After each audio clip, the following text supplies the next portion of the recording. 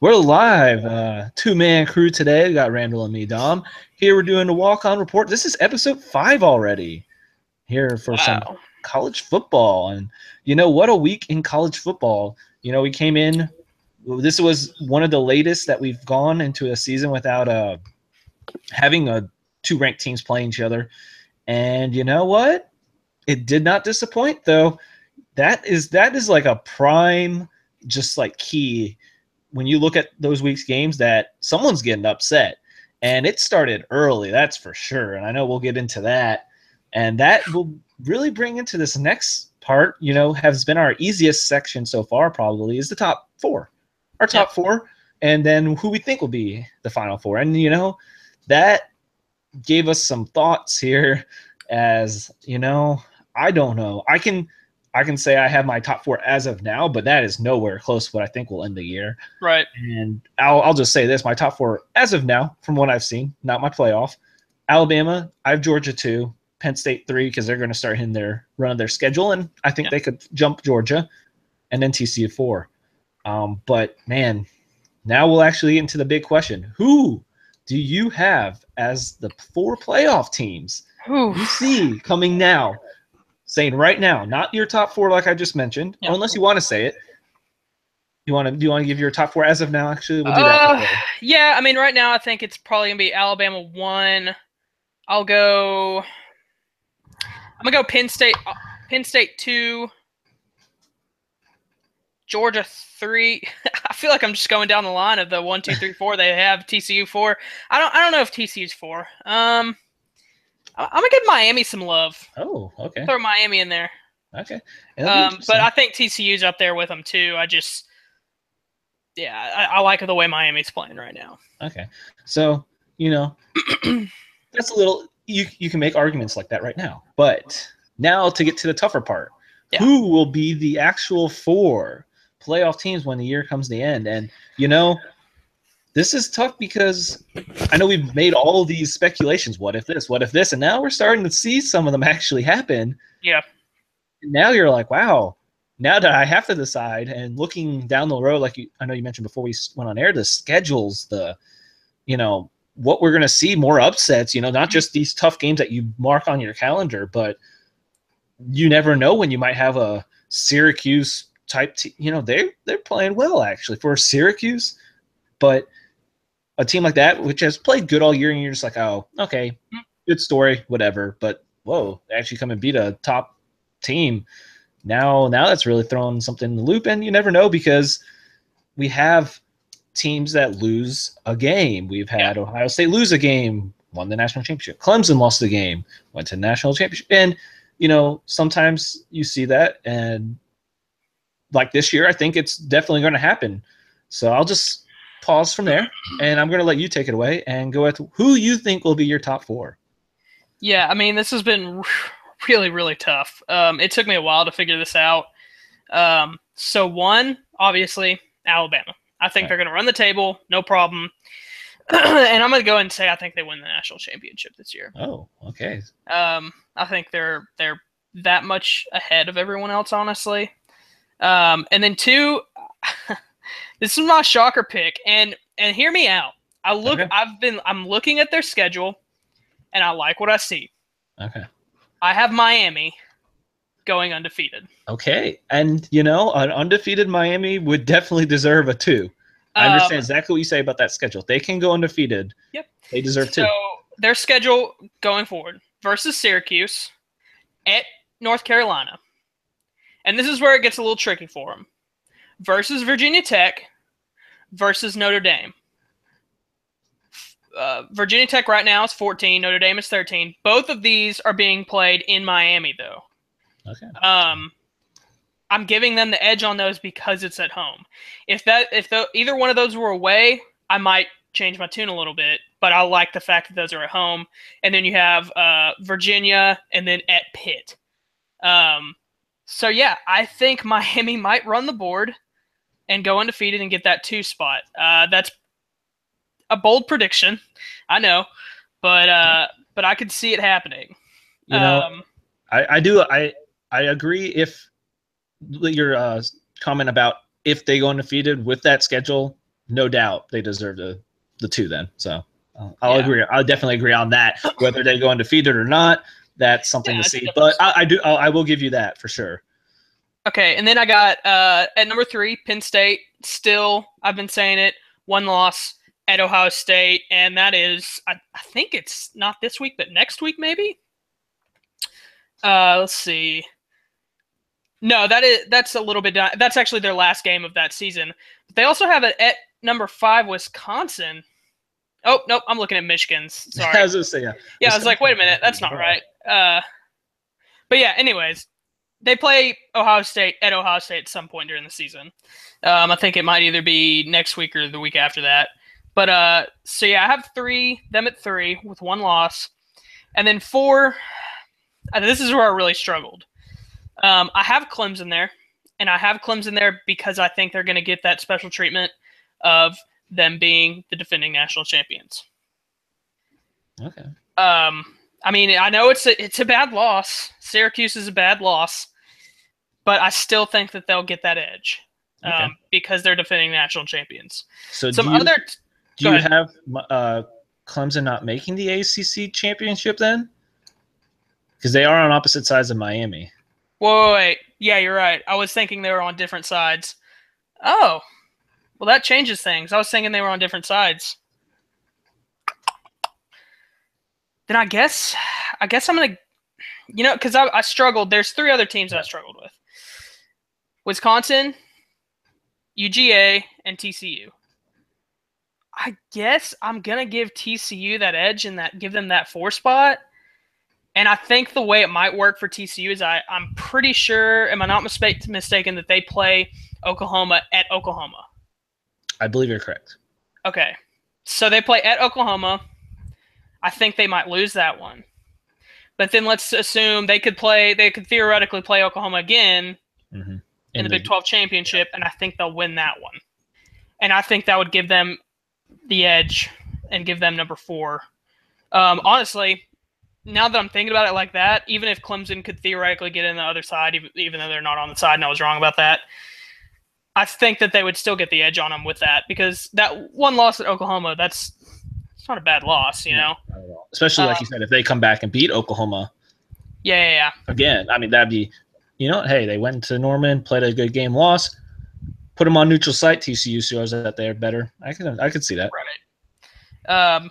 But I still like the idea of that UGA going undefeated until losing to Alabama and maybe giving them a chance. That would be wild to me.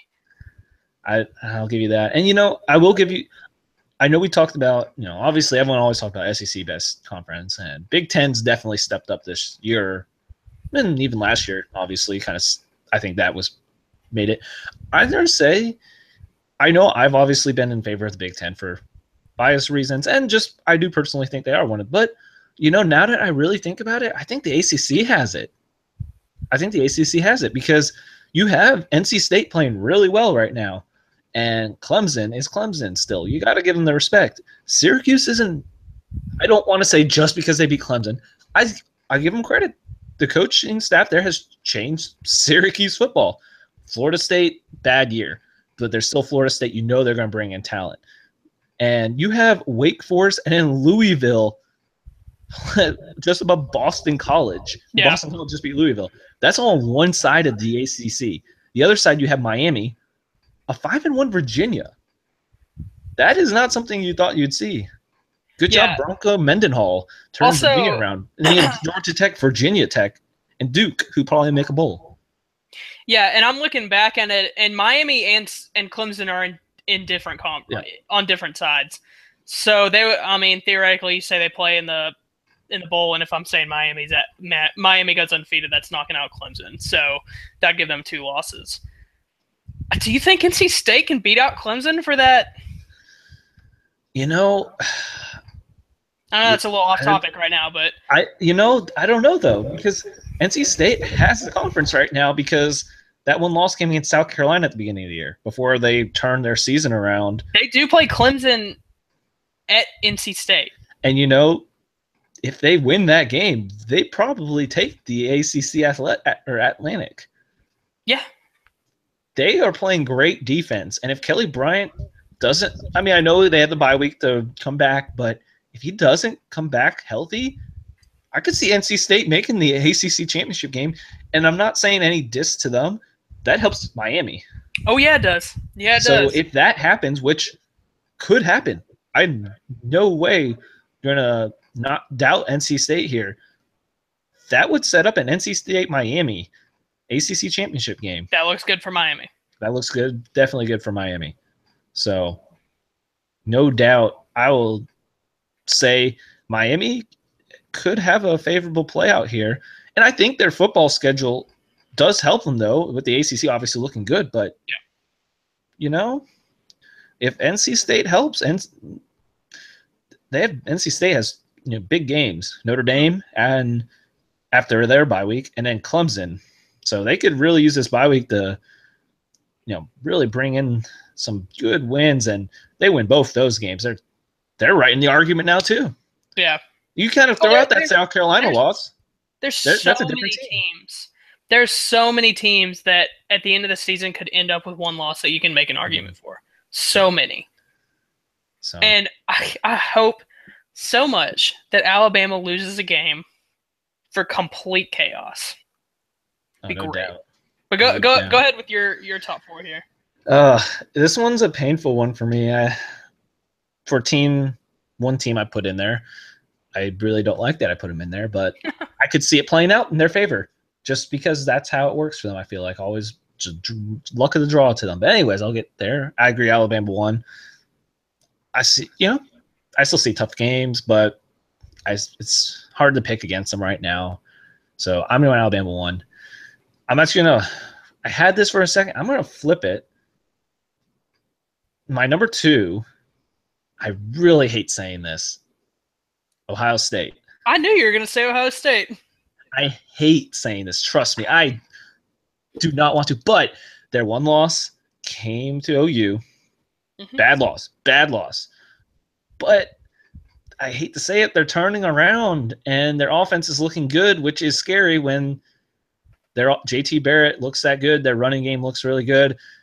Nick Bosa talks that he's better than Joey. And their whole defense, I don't like saying that, and I don't like seeing them playing well right now, but they can go to their stretch of their schedule and stay hot.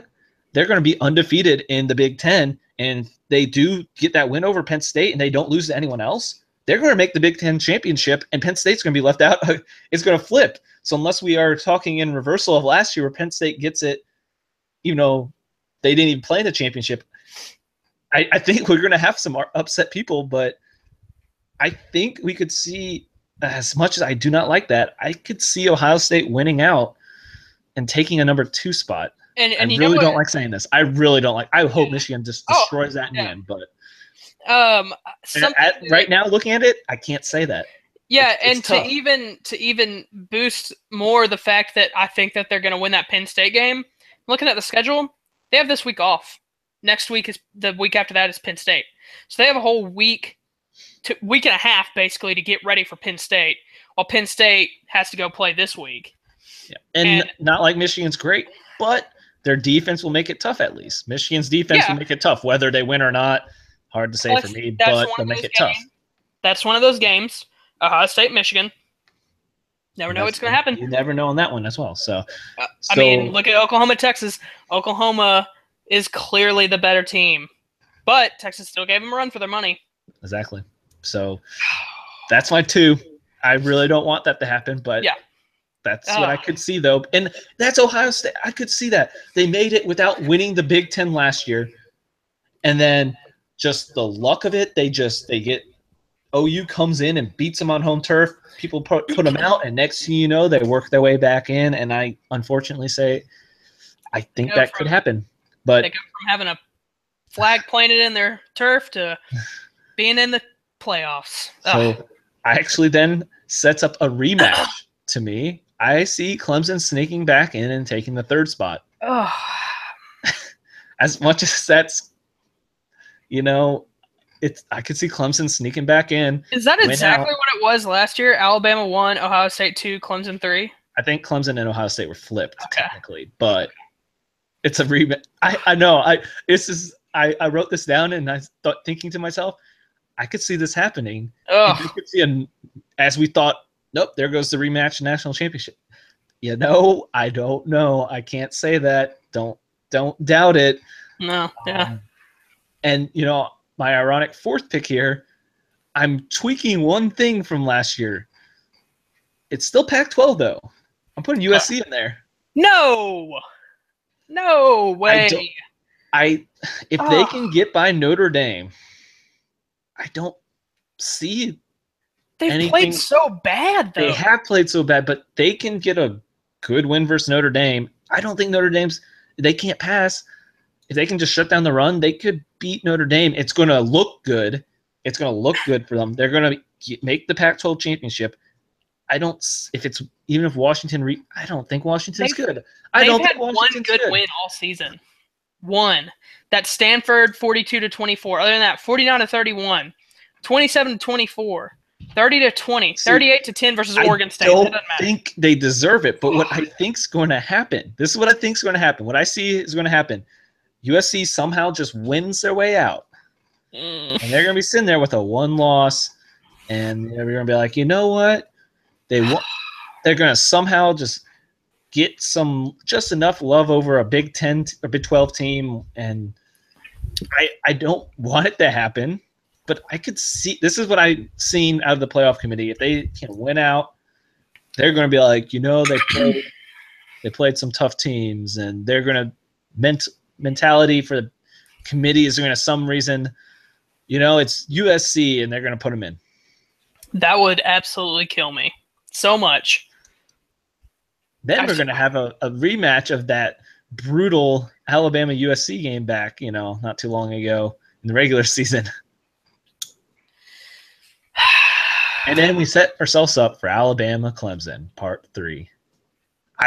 We're all like, oh, it's not going to happen. And I could just see this happening. We're all going to be like, oh, Clemson lost. Oh, look at all this that could happen. And then next thing you know, we're going to get set up for Alabama Clemson part 3. And everyone's going to be like, wait a minute. I thought this wasn't supposed to happen again. And then Bama will take it because I think Kelly Bryant is really good, but he takes any sort of hit, any sort of injury, and Clemson's done. I don't want to see this. I don't want to see this. And you know what? My picking has been terrible. So I'm picking this, hoping that it's completely wrong. Based on your NFL I'm picks, if this was jinxing NFL, everything. definitely not happening. So I'm hoping, based on how bad I jinx picks, this does not happen. But I'm going to say that right now, and I hope I change it next week. So I'm going to leave it there. Oh, man. You know, I think this is interesting. Clemson losing is really interesting for the UCF and USF to me. I think one of these teams is going to go undefeated. I really do. Their offenses are deadly. And I know USF was supposed to be the better offense. I think Frost and that Oregon style offense is better than USF. We'll find out. I mean, they play at UCF the last game of the season. Mm-hmm. That should be prime time. That game should be on ESPN. It should be College Game Day. It should be everything because that'll actually be really important. Because I guarantee to me, there's no way that both those teams don't go into that game undefeated. I just don't see it happening. I mean, at Navy, at SMU for UCF, but I don't know. I mean, hey, that throws a whole nother thing in. I would love to say, take out USC, put in an AAC team in there. Let's see them play Bama. Oh gosh. Oh no. I'd love to see that. Let's go. How insane would everyone go if a USF or UCF plays Bama and upsets them in the college playoffs? First game. I would love that. I would love that. I would love to see that. That'd be amazing. My life would be complete. I would just throw up the Power 5 conferences and bring in the AAC. Oh, I thought you were just going to stop there. I'm just going to throw up. That'd be interesting. Very interesting. And yeah, there's a lot of possibilities going forward. It's crazy. So that brings us into our recap of the past weeks. And, I'm going to switch this. I had this lower, and we kind of just talked about it, but makes it, like I said, I'll just leave the last point in transition here. UCF, USF, looking good. Making the AAC look really good right now. And you have Navy. I know they took a loss. Memphis not playing bad either. Got that win versus UCLA, whether or not, that's going to look great in the end. But the American Athletic Conference, don't forget about them. That's what I want to at least point out. So. I guess not. Maybe they're going to, maybe they'll make everyone not forget about them once they beat Alabama. And what happens is they're going to, if they don't make it, they're making a big or New Year's Six Bowl. Yeah.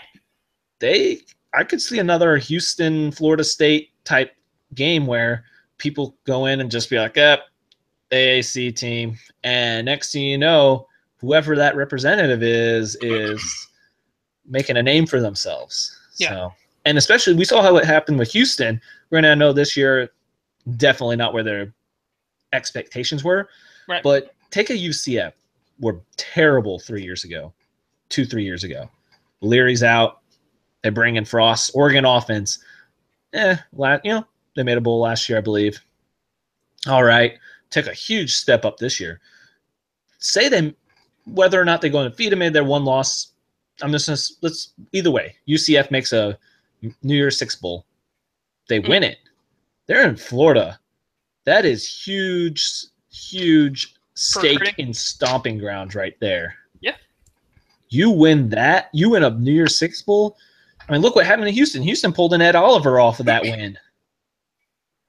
You can say what you want if it was Herman or not. That win obviously made him think, I can do big things here, thinking it was Herman, whether or not. But UCF wins a New Year's Six Bowl. You're like, wow, I could stay in Florida, maybe not go to Florida State, have to battle as many people or something, but I could go play in that big offense at UCF, and we can make our name for ourselves. And you know what happens if USF wins that one of those bowl games or even makes it to the playoffs? You know who looks really stupid? The Texas University Longhorns. of Texas. That's true. That's true. Inherited a different situation. Leaves Texas and is 6-0. 6-0 and ranked number 17 in the country with South Florida. Whew. Meanwhile, University of Texas with Coach Herman. Let's transition to that. Red River. Struggling to make a Pro Bowl. Or not a Pro Bowl. Pro Bowl. Well, that'd be great, too. No, a bowl game. It's hard for me, honestly, to even talk about this game. It's a game of emotions. 29-24. Texas fought hard. They always do in this game. It's very rare that this game is a blowout. But honestly, with the team Oklahoma has, I wouldn't have been surprised if they blew us out. Because, Baker Mayfield is, Mayfield is like potentially going to win the Heisman maybe.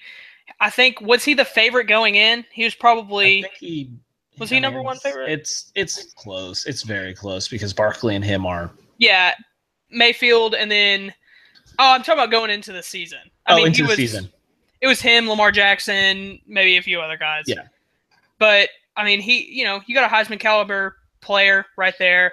The rest of your team was predicted probably to be in the college playoffs against Texas, which people, I'm assuming most people thought that we weren't going to make a bowl game coming into the season based off last season.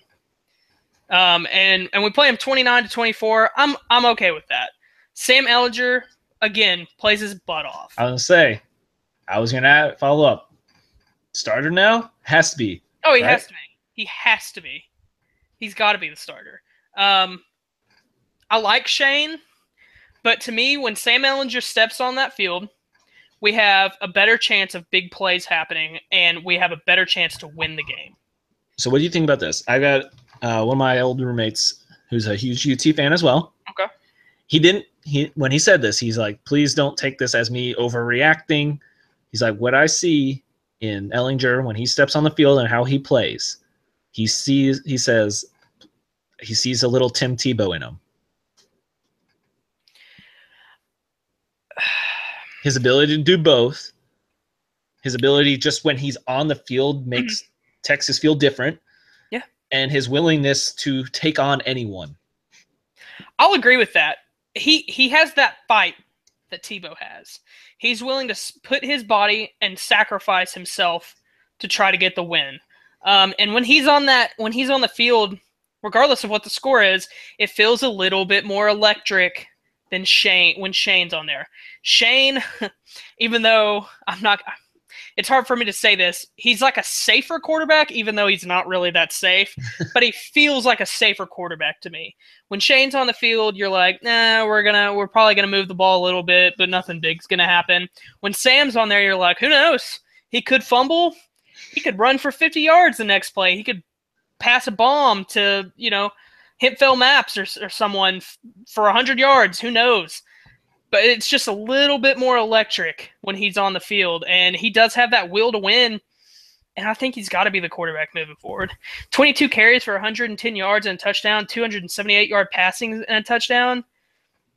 He was their offense. That dude came to play, and he gets hurt and then comes back in the game.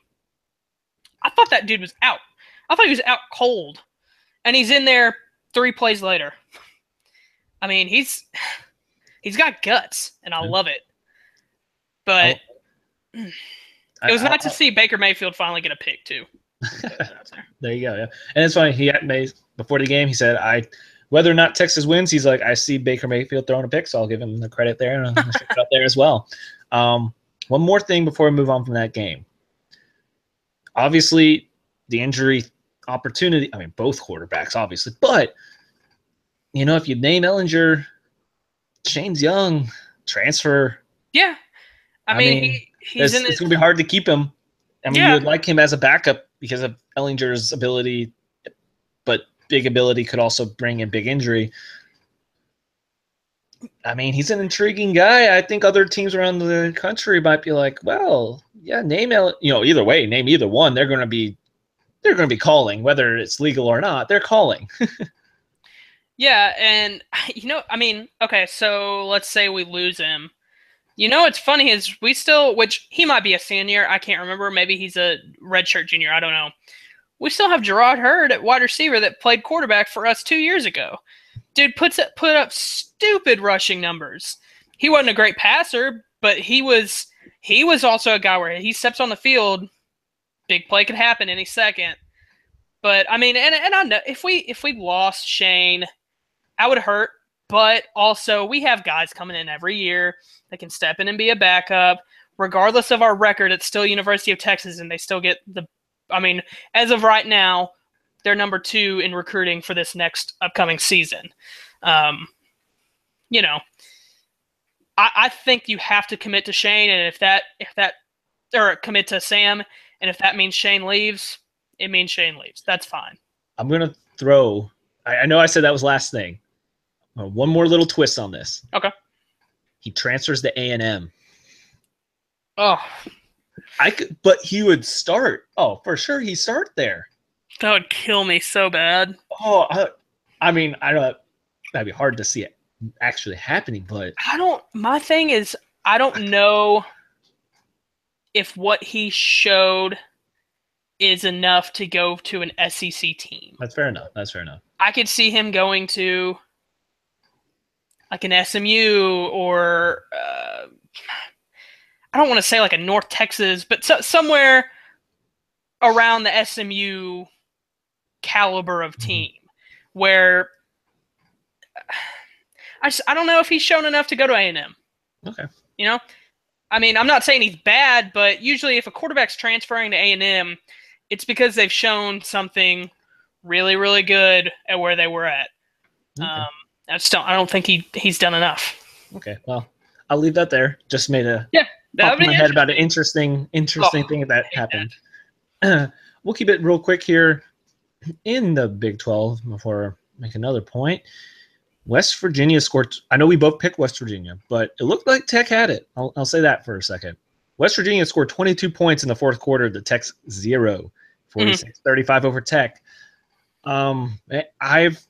It's interesting. I'll give this because obviously Kingsbury came into the year on the hot seat. Mm-hmm. They started to exceed expectations a bit, and then that happens. And you know what? I have a cousin that goes to Tech, and he's saying everyone's thought process there is same old Tech. We can't get it done in the clutch. No matter what the record is, we don't want him here anymore. Interesting little side note. He also said he's heard from some of the football players he's had in class. Rumors here. Sorry, Cliff. I've been a Kingsbury fan. I understand Tech never has defense, but rumors that Cliff pretty severely mistreats his defensive guys. He just kind of ignores them. That is not a rumor you want spreading. You have a notable bad defense, and that's what's probably going to keep your job. Are you improving that or not? I would need some clarification on that. Because, look, there's a difference between a head coach who's an offensive. I'm sure that from certain points of view for the New Orleans Saints, Sean Payton probably doesn't treat his defensive players as great as his offensive players. That's because Sean Payton is basically the offensive coordinator. And Kingsbury is clearly the offensive coach there. Maybe he just doesn't spend time with the defense because he trusts his defensive coordinator, rightfully so or not, to trust them. So I don't know how much I would take into that statement because I would need more clarification on how he is maybe mistreating or not giving enough attention to his defense. But I mean, it's interesting for recruiting though, because that's different NFL college. Because NFL, you're like, well, we know Sean's you're being paid here. College, you're being recruited to come here, and when the guy that recruits you kind of brings you in, and then goes, all right, I don't care about your side of the ball though. Yeah. No, that's definitely true. But I mean, my thing is, where do you step up from him though? You can't. It's hard to pull a big name at Tech. It's nothing against them. Art Bros? Oh gosh, I don't even want to go there. But I mean, Leach. We see if you let someone not comparing him, but Leach sat in the program at Tech and built them into a competitor, made them a top team. He goes to Washington State. He's building them into a top team. You got to have a guy that you trust can build something. And not saying, yes, it's Cliff, but it's going to be hard for Tech. Who you're going to have to either step up and risk it on some smaller coach and hope that he can do it, or you go really hard after someone big name and just hope for some reason they pick you. Yeah, and my thing with Cliff is I think his age comes into the equation of how soon he gets fired because he's still really young. I mean, there's a very good chance they have not seen the full potential of his coaching ability. How old is he? He's 40, maybe? I thought he's still in his 30s. I'll look it up. Is he? I mean, if he's still in his 30s, he's probably mid to late 30s. I doubt he's in his early 30s. But when you have a coach like that, I mean, by the age of what if he has a national championship somewhere else by the age of 45? He's 38. Yeah, 38. I mean, you don't know everything he can bring. Let him have a year or two.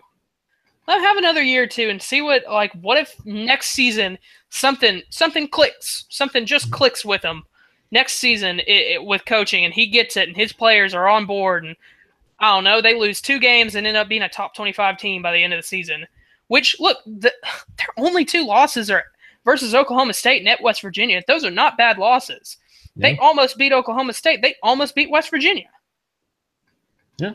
I mean, it's tough. It's tough where you're at because this kind of goes to my our A&M rant early in the year. What are your expectations at Tech? Are you a national champion program? No. Do you want to be? Of course.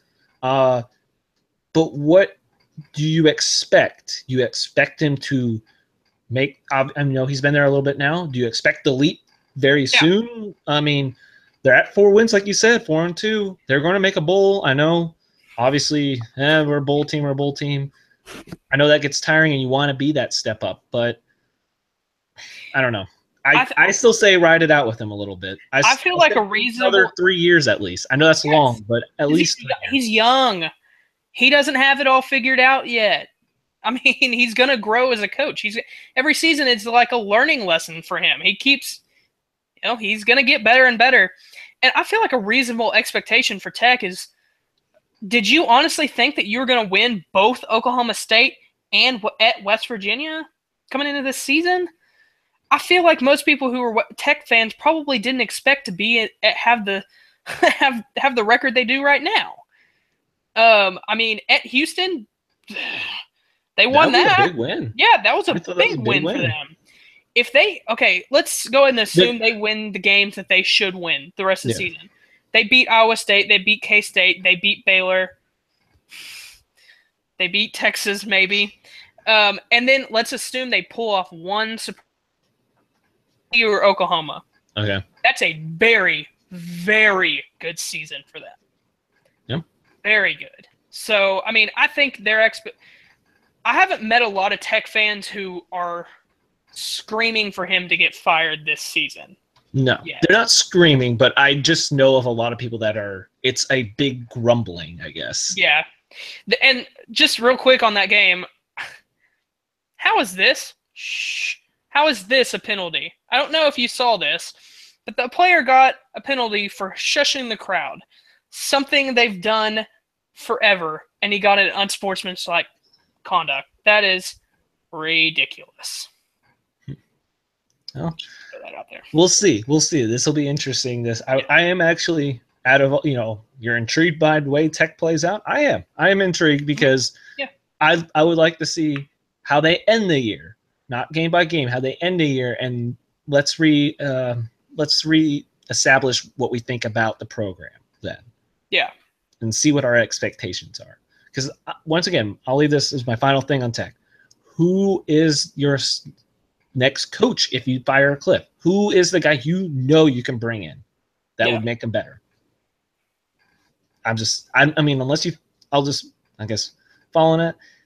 Do you think you can bring in Les Miles and that changes Tech? I mean, that's just a weird fit to me. It seems like to me that if Tech gets a new coach, they don't get a new coach trying to think, this time we're going to focus on defense. No, they keep hiring the same type of coaches that are like, we're going to score as many points as we can and just hope to God that our defense can stop them once or twice. It's basically like the solid play that they want. That's what they've always been established. That's how they get the offensive recruits. Yeah. Which in the Big 12, it kind of works. Yeah. It can work. So we'll move on. I know this was supposed to be my first bullet point, but it's kind of just worked that we had the other ones go first. Friday the 13th, ADs, don't schedule games. Especially if you're a ranked team, don't schedule games Friday the 13th. I'm sorry. I'm a little superstitious as my baseball past things that I've done. Friday the 13th has never been a thing to me, really. But if I'm an AD and I'm on a ranked team, I'm not playing Friday the 13th. I'm not doing it. Yeah, I'm with you. I'm superstitious too. All through high school, I had to sit in the same exact spot on my couch at my house for every Texas and Saints game.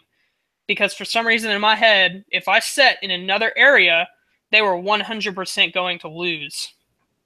If I turn off a Texas game, which this happened this week, by the way, I turned off the Texas game because I do this every Texas game, by the way. I turn it off and then I turn it back on, because I get frustrated. So I turn it off and then we start coming back a little bit and I'm like, oh no, I have to leave this off. So I left it off until I saw that Oklahoma scored again and then I was like, okay, that didn't work. So then I brought the game back on. So I'm superstitious too, and I agree. Don't schedule games on Friday the 13th. Just don't schedule games on Friday. It's stupid. Yeah, I mean, I think Fridays should be saved for the team trying to make a little bit of a splash for themselves, that maybe you get a little more exposure on Friday. So I will give Washington State this. That in the beginning of when they made the schedule a couple years ago, that might have seemed like a good idea. Yeah. Let's go to Cal, play on Friday. You're not maybe expecting yourself to be where you're at that year. Point. You're hoping, but you don't expect. So you're kind of, Peterson's whole, we don't get noticed. Maybe as a Pac-12 team, let's play on Friday night. People are up late.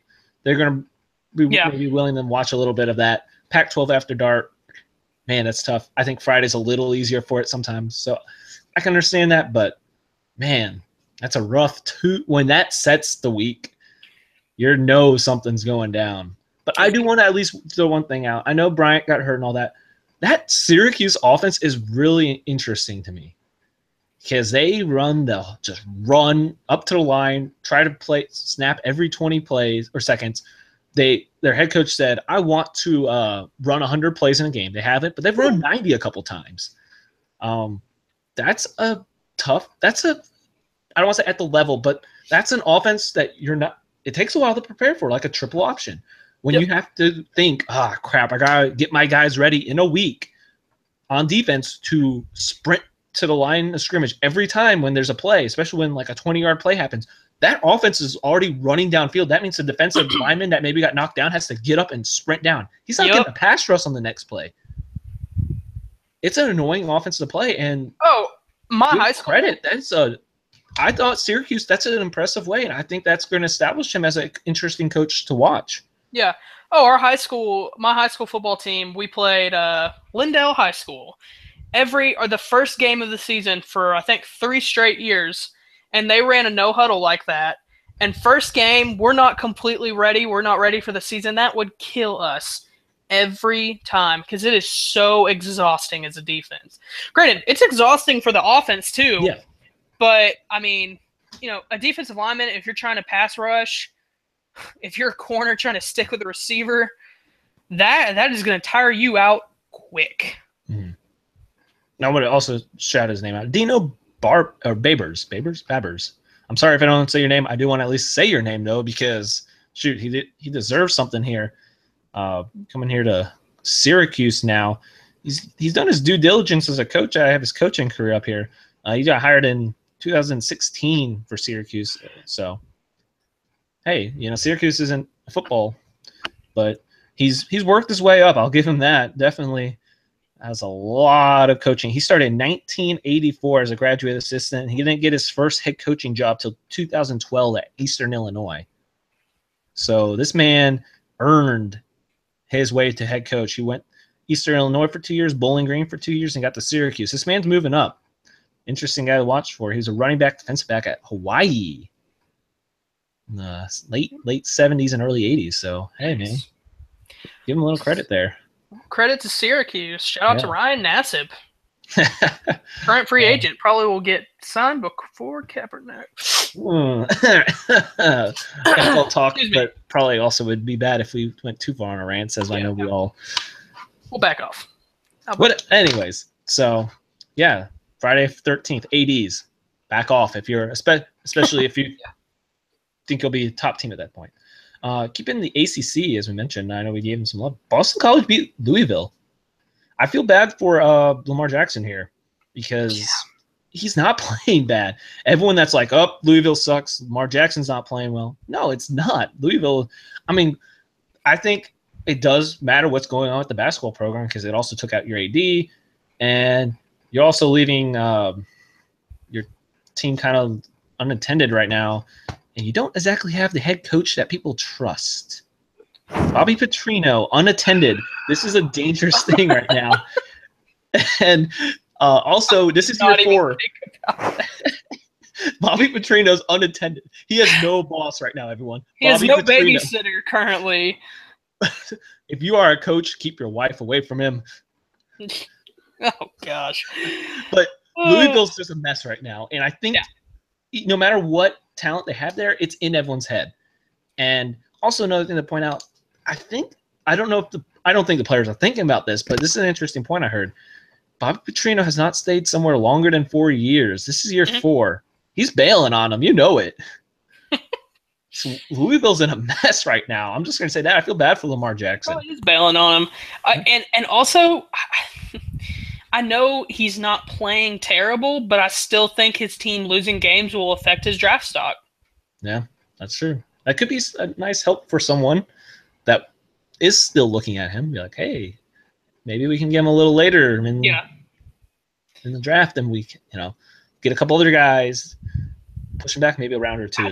I don't know how effective he would be in the NFL. I think think there's a lot of questions.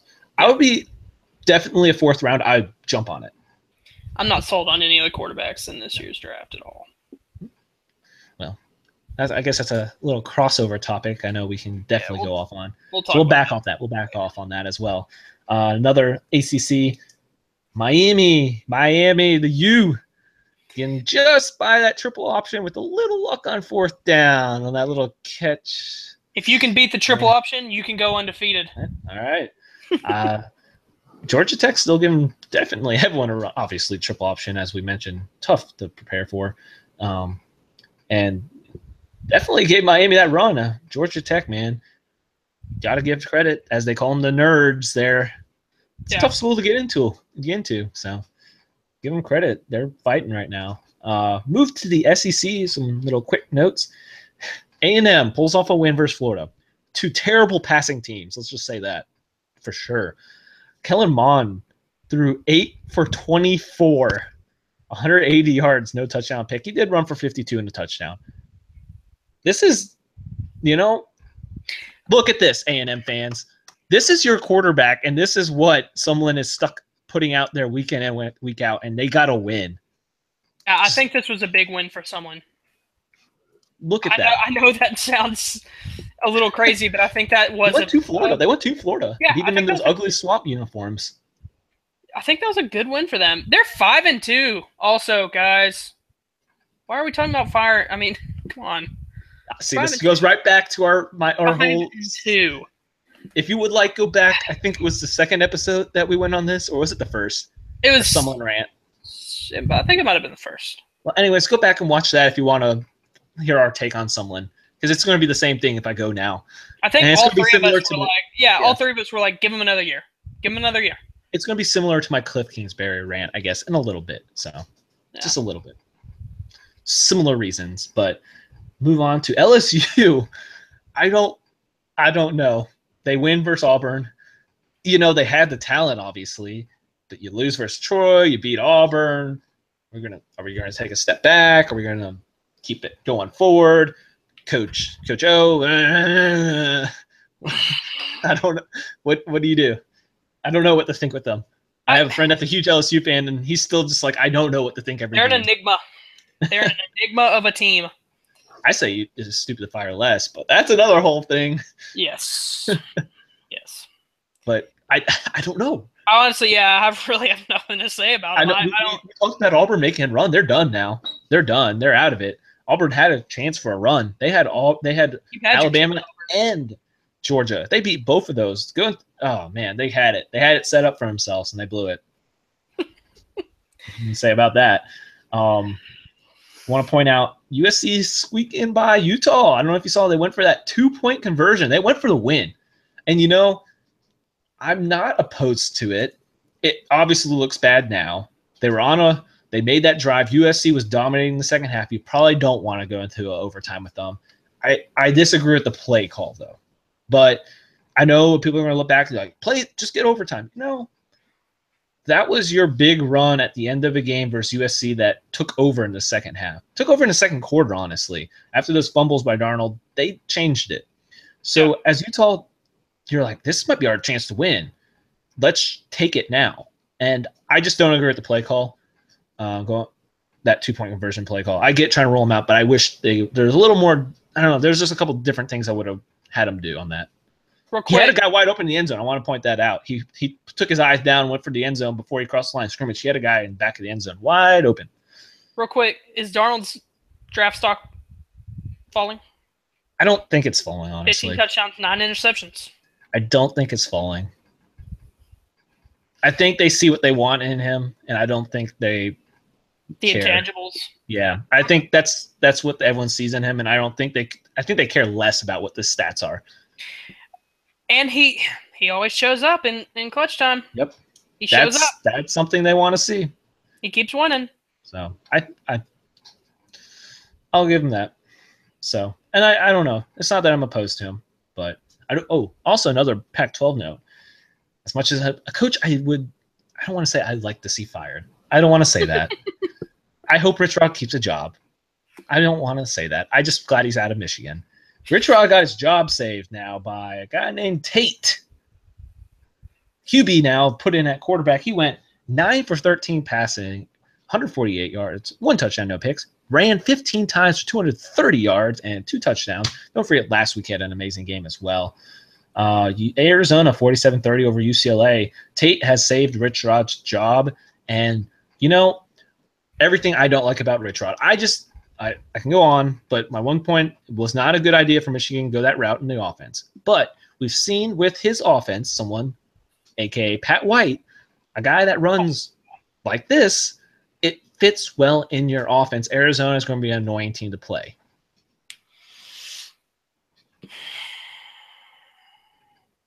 Any thoughts on that one? Pat White was a god. That's about all I have to say. I don't have the hate for Rich Rod that you do, but obviously I have not been affected by him personally in any way, shape, or form. So, I don't know. He probably did get his job saved, though. That's for sure. Yeah. Another coach coming in onto the year on the hot seat. Pac-12. This one, look,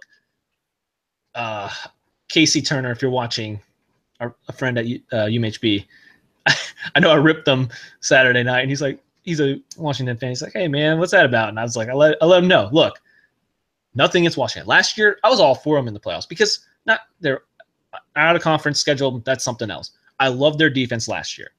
Losing them all, losing Ross. I am not a Jake Browning fan. I've said that since last year. Me neither. I have repeated. Let me just throw his stats out there. 17 for 30, 139 yards, no touchdowns, no interception. You are supposed to be the team right now. You have 7 points. Granted, I know they missed a couple field goals, but you should have more than 7 and should not be setting up for 2 field goals versus Arizona State. You should be pushing the ball in the end zone multiple times. He's not a good quarterback, everyone. I'm sorry. Washington's defense is still good, but they're not the same level. Pettis bailed them out all year so far with his ability, big plays, and punt returning. They're not a good team. Peterson, this is why you don't want people to be exposed right now this year. The exposure, if you would have been playing that at 3 o'clock, Washington might have fell farther. I'm being honest there. I'm not going to go as far as say that Browning he's just a bad quarterback, but I do agree there was some serious hype around that kid. Serious hype. And he is not as good as everyone thought he was. I think the same thing about Darnold. Fair enough. I'll throw it there. So, move on from the Pac-12. Another West Coast team, San Diego State, let me down. Lost 31-14. I want to point that out. Hey, but we did mention this was their toughest game, Boise State. No matter what Boise State record is, they're one of those teams. Yep. They could take you down, and that unfortunately ruined my pick for them, but I'm going to move on to the AAC. Maybe another curse by me. I'll jump on board with that, but I won't see it. But, man, San Diego State, I just want to say, you played well. You let me down this week, though. I don't even want to mention Michigan. I know I have that as a note. I don't even want to. Moving on, they won. I'm just glad they won. I don't even know what to think anymore. 2 smaller schools I want to give shout-outs to before we make our pick or quick Heisman and picks. Army. I'll let you take that one away.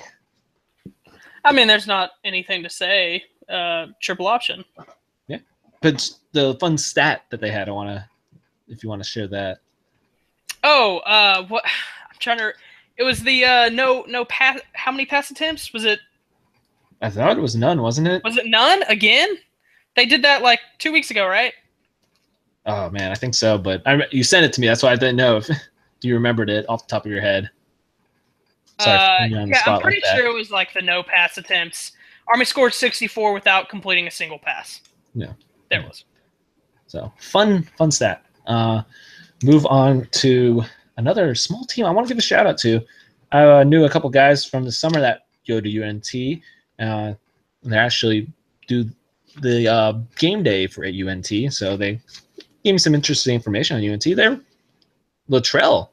I know they do not want his name to be brought up because he's an interesting coach to be watched for at a small school being moved up, but UTSA was a big game for them. That's a Conference USA. That was a big game. UNT drove 7 plays, 98 yards with 57 seconds with no timeouts and won. Big win for them. 4-2. Yeah, and they're undefeated in Conference USA play. So UNT, and then that, like I said, Luttrell is a guy. They're like, please stop mentioning his name. Please stop mentioning his name. They love him there as a head coach. Hey, you get it done at a smaller Texas school? Well, all right. Never has UNT been more excited than Jamario Thomas. Super Jamario Thomas. Look him up. He is from my high school. And he's the only good thing to ever come out of there. All right. So give him a quick shout out there. As we move, I don't think our Heisman's has really changed much. I'm still going to say Bryce Love, please. Bryce Love, still my top guy. 135 carries, 1,387 rushing yards, 10.5 rush or average run per carry, 11 touchdowns. He averages 198 yards per game. Just almost at 200. And they pretty much backed him off in the second half. He could have done more damage. So still my number one. Jonathan Taylor I want to bring up at least out of Wisconsin. I know maybe their strength of schedule hurt, but it's Wisconsin. They run the ball a lot. Those offensive linemen are massive. Yeah. 127 carries, 987 yards, 7.8, and 10 touchdowns. He's right there with Love on touchdowns. But he's got more rushing yards than someone named Barkley, which, of course, Barkley does have the receiving yards. Mm-hmm. And his little passing touchdown and kick return touchdown, if you want to throw it out there. I'm going to throw this guy's name out. I don't think it's going to stand. Someone mentioned to me, Josh Adams of Notre Dame. Not a Notre Dame fan at all. He's got 776 yards, 9 yards per carry, 5 touchdowns, and he's running with a 3-headed running back combo they use. Interesting. I'll say his name, but I don't think it's going to stand much in the end, once especially they go through a tough stretch. But interesting to see, especially this early in the year. Yeah, as of right now, I'm looking at it. As of right now, ESPN, which, of course, every Monday, they haven't updated it yet. As of October 10th, Saquon was right ahead of Bryce. If that doesn't flip, I'm going to be upset. Correct me if I'm wrong, but even with Saquon's extra touchdowns other than rushing and receiving, I think Bryce Love still has more touchdowns than him. You got him by one then, yeah. By one. 6 rushing, he has 2 more receiving, yards. 1 punt, 1 kick, and 1 passing. So yeah. And Bryce Love's combined rushing and receiving is more than Saquon's combined rushing and receiving. What else do you want other than the fact that Penn State's undefeated? Stanford's looking better now. They had a rough start, and they're a competitive team in the Pac-12 right now. So. And then last week, I think I said Luke Falk jumped Baker Mayfield. I'm flipping that back after this week, 100%. I think Rashad Penny jumped Luke Falk. And so I think it'll go. Now, San Diego State with Penny, so. Yeah, but still, I mean, I still think Penny probably jumped Falk this week. Oh, fair enough. Also, one thing I want to say about Falk for his draft stock, that got hurt. I know it was already about him before the year. He is not decisive in the pocket. He's not mobile. He holds the ball a long time. It's not something you want to see on tape when they're looking at you after the year. All I got to say to any NFL team who's watching, because I'm sure there's plenty of NFL teams watching, do you honestly trust any of these quarterbacks in this draft to take your franchise to a Super Bowl? I'm still on board with Rosen. You think he can lead an NFL team to a Super Bowl? I think so. I am out of this draft class. He's still my number one. I mean, that's fine. I would rank him number 1 too out of this draft class. I just don't think this is a good draft class for quarterbacks, really. I mean, maybe I'm wrong. But I don't trust any of them. Okay. Well, I definitely will see I know we mentioned, we will be doing a draft special. Yeah. That'll be very fun to talk about, especially at the end of the year, too, seeing what everyone stacks up at. We'll have our draft analyst supreme, Jacob Rooney, will be on that show, and he'll teach you a few things. So there you go. Stay tuned for that, for sure, guys. It'll be a good draft special. So we're going to do some quick pick'ems here. I picked top 8 games I could see on the schedule, and you never know. We have 2 ranked matchups, but you never know. I'm going with one Thursday game. Memphis at Houston. I mean, I've got Memphis still because Houston's just not where they should be right now, but they still have talent there. So, what do you got? Yeah, I'm gonna go Memphis. 5-1 Memphis. Houston doesn't look like the way everyone thought they were going to. Yeah, I'll go Memphis. Okay. Next up, game day. Michigan travels to Penn State. I'll let you go first on this. This is conflicting for me. I mean, if you're thinking in your right mind at all, Dom. I know. It's Penn State. It's at Penn State too. Yeah, I know. I'm sorry. I think Yeah. I'm scared to say it's going to be a blowout just because you never know. But I think Penn State runs away with this one. I'll just say you don't have to pick against Michigan, Dom. It's fine. I will never. I'm going to pick against them because I did say at the beginning of the year I thought Michigan was going to lose this game. Okay. I did say at the beginning of the year this was a game. If I'm being realistic, I'm obviously not going to say Michigan goes undefeated. At the beginning of the year, I had them losing this game. Different reasons, though. I'll say that, though. Beginning of the year, I was a little concerned with the team just overall young. Very young. Lost a lot, like 11 starters, I believe, total. No, actually, it was more. 13, I believe. Defense got gashed. Yeah, 9 out of the defense. Defense is looking great still. Not terrible. Harbaugh has done a great job. The defense is 100% their strength, obviously. It is looking great, no doubt. Got some studs there. But the offense, I don't even know. They're going to have to run it every time. Hope O'Korn doesn't throw an interception. I would love to see Peters in, but that's just too tough of a game. If they were going to do it, they would have had done it last week. You can't throw him in at Penn State. He's a very interesting talent. Yeah, we talked about that. Yeah. He almost beat out Spates in the summer. He's a sophomore. Like, you can't throw him in at Penn State. Nope. So we're going to be stuck with watching O'Korn. Just maybe something clicks for him. Maybe he plays like he did versus Purdue. I don't know. I can't obviously pick him. Like I said, I did pick Penn State to beat him at the beginning of the year. So look, I wouldn't have had anything against you.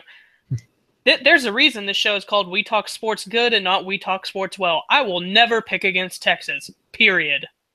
Fair enough. That brings us to our next one. Oklahoma State at Texas. Sorry, I'll just say it. I got Oklahoma State. That's fine. Hook 'em horns, baby. We're going to get one of these. We're going to get one of them. I guarantee we upset one of these top 25 teams. And this will be an interesting one because coming off the loss and – I think Oklahoma is obviously better than Oklahoma State. Will they keep it going to beat them? Possibly. I really do think they could.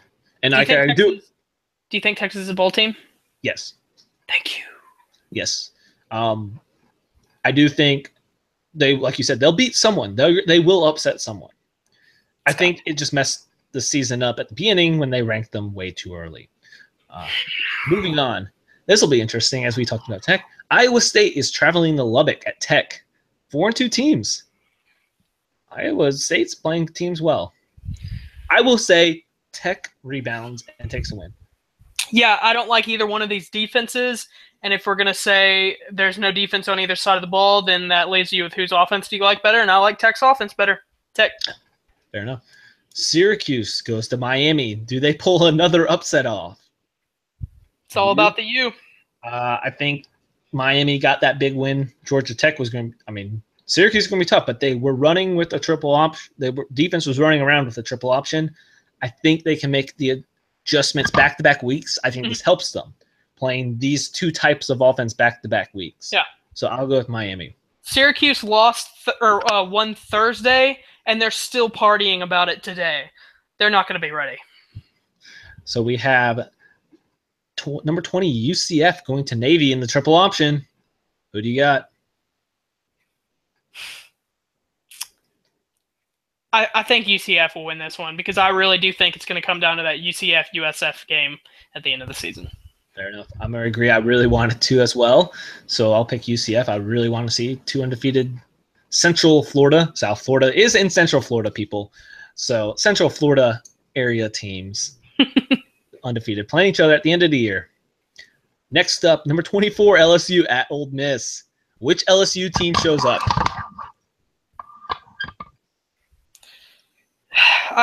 you know, they're an enigma, man. I don't know what to do with them. They don't know what to do with them. I'm gonna pick against them this week. I'm gonna say at Ole Miss wins. You know, Ole Miss. That's what I'm thinking. I'm like, they're a team that you don't bet on for sure. Oh gosh, no. Don't ever bet on LSU, people. Please don't. No. Since you're going Ole Miss, I'll switch. I'll go with LSU. I say for some reason I just can't justify picking them. That's the hard thing. I'm like, I want to say they keep it up, but I don't know. I'll pick LSU just for the heck of it, though. You never know. USC travels to South Bend, Notre Dame. Who you got? I think this is where Darnold's luck ends again. I think they lose to Notre Dame and hopefully takes them out of the possibility of them making the playoffs.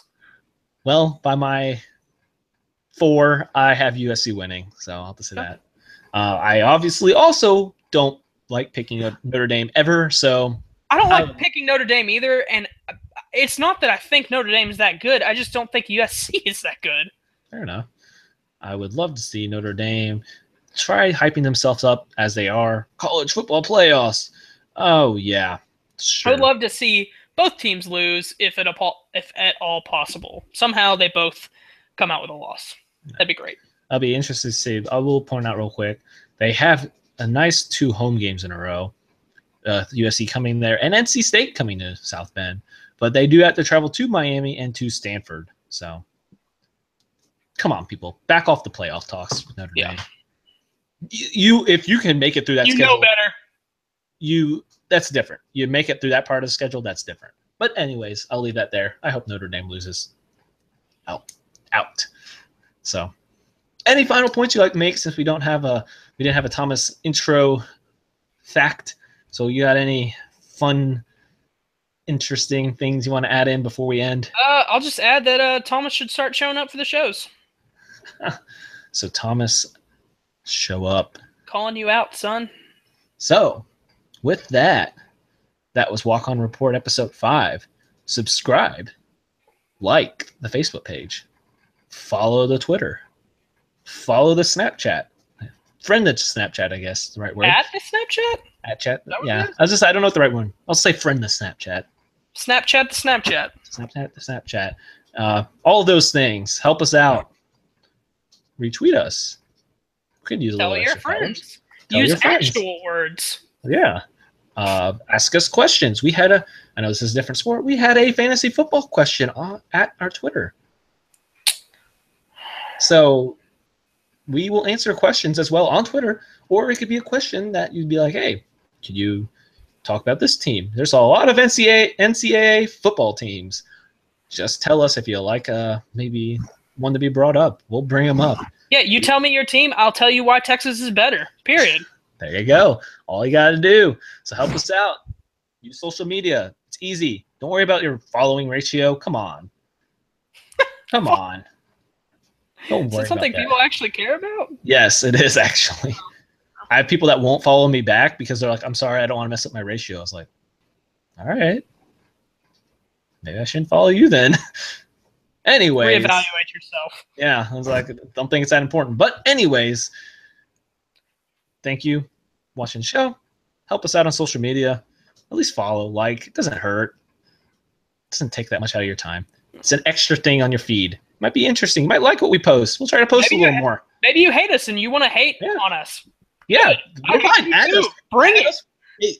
Add us with hate. We'll take that. We love that. I would flip you off, but this is a family show. Hey, Snapchat us videos of smack talk. I guarantee you someone will reply. Oh, yeah. So, hey, we're not just taking love. We'll take hate. So with that, I'm going to end this show. Thank you for tuning in or future tuning in. This is We Talk Sports Good. Signing out.